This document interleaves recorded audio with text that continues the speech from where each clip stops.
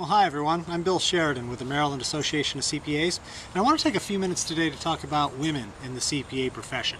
They face a lot of issues, a lot of challenges that their male counterparts simply do not. And I'll give you an idea of what I'm talking about here. For the past 20 years or so, women have made up more than 50% of new CPAs coming into the profession, and yet they account for only 15 of the Fortune 500 CEOs and only 23% of partners at CPA firms nationwide. They're also leaving the profession in far greater numbers than men are. And at a time when employers are really struggling to figure out how to keep top accounting talent on staff, their efforts more and more are focused on the women on their staffs. I spent some time recently talking about this with Heidi Brundage. Heidi is a technical manager with the AICPA, and she focuses specifically on human capital at CPA firms. She spent a lot of time recently thinking about these issues that impact women in the profession, and she has some thoughts on these issues and also about what women can do about them. Here's what Heidi had to say. So Heidi, what's the situation today that makes it important to be focusing on women's issues in the profession? Well, what we find is that we've got over 50% of our new hires are women within the profession, and yet we only have a very small percentage that are making it into leadership roles.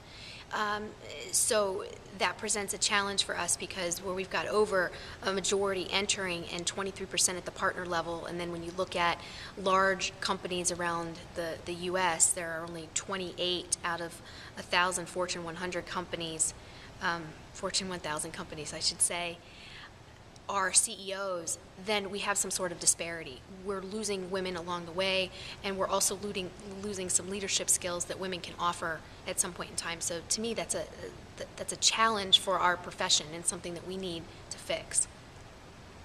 What kinds of implications does that have for the future of the profession? Implications for the future of the profession. One, that we've got all of these people that are entering, that are females, we're losing them at some point in time because our traditional models are you move up or out of an organization. One of the issues is that we've lost investments. We have invested in training, we've invested in recruiting, we've invested in some informal type things that we can't even, that are even difficult to put a number around. Time is huge as well, and we lose that. So it's a dollars and cents perspective. We also lose the diversity that we need to do the job that we do. Our marketplace is changing. We need to change along with that. Some of the specialty areas that we need to get into and niches are changing, and women bring some of those unique skills and qualities to be able to participate in those particular areas, and we don't want to lose them, or otherwise we're going to lose business or we're going to lose revenue. Could this have implications in the succession of CPA firms as well? Absolutely. Succession planning is going to be a huge issue. It already is a huge issue for firms. Many of our firms, especially our small and medium-sized firms, have not at all dealt with succession planning. They're aware that it looms, but as our population of owners rises, and we are in the 50s and 60s for many of our firm owners, they have not yet trained the next generation or identified who's going to take over of their firms. Succession is enormous, and if we could continue to keep our females and promote them, develop them into future leaders, we are going to, I believe, solve part of our succession planning issues. But we have to focus on women's initiatives in order to do that. What are some possible solutions to this issue? Possible solutions. I think there are several, and first and foremost is education. There are a lot of things that happen within our profession and everywhere around the U.S. that people are not aware of when it comes to different differences between genders, between men and women. And it's really about understanding what some of those differences are and then overcoming some of those differences so that when we look at our workforce, it's more of a level playing field.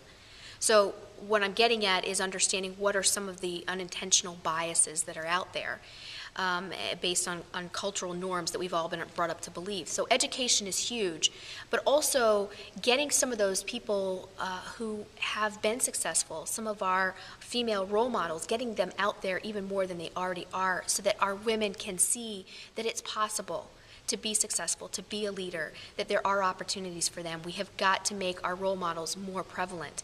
And we have to get everybody involved in doing that. This is not just females helping females, it's the entire profession helping all of our women get to where they need to be. So we need to, thirdly, just get everybody involved in understanding that women are important to the profession, and therefore we need to be thinking about what's it going to take to make our numbers a little bit more in line with those who are entering the profession. So what's the AICPA doing about this? The AICPA has a committee who is dedicated to women's initiatives. It's an executive committee made up of 12 members whose focus is on the retention and advancement of women leaders. Many of the resources that that committee has already produced are around helping the organizations form a leadership program, offering educational guidance in the forms of booklets and brochures on off-ramping programs, mentoring programs.